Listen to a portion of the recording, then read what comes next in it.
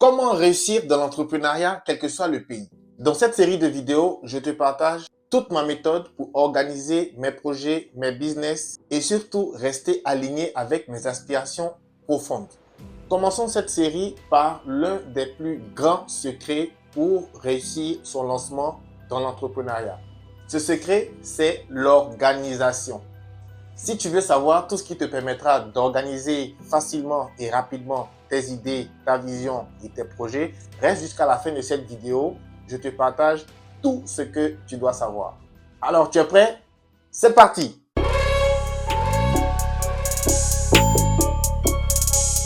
Bienvenue sur la chaîne Monsieur Attractor. Je te partage tout ce que j'aurais voulu savoir quand je me lançais dans l'entrepreneuriat il y a quelques années.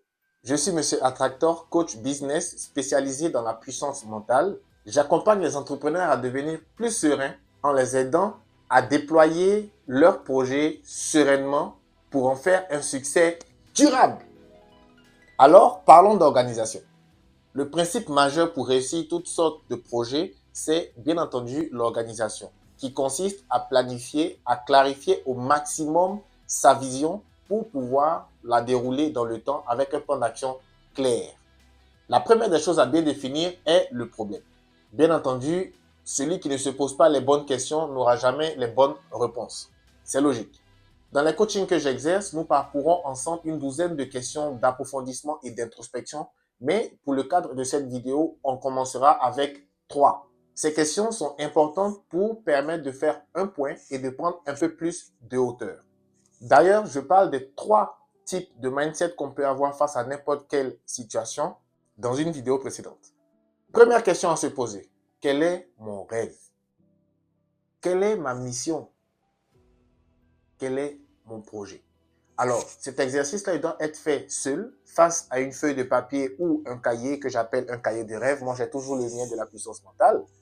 Et ensuite, se poser la deuxième question.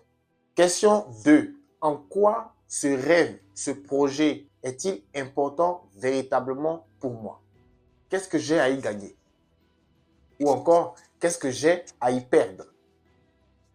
Enfin, la troisième question, si j'ai une baguette magique, qu'est-ce que je construirai pour moi, pour mon entourage, pour ce rêve qui m'habite?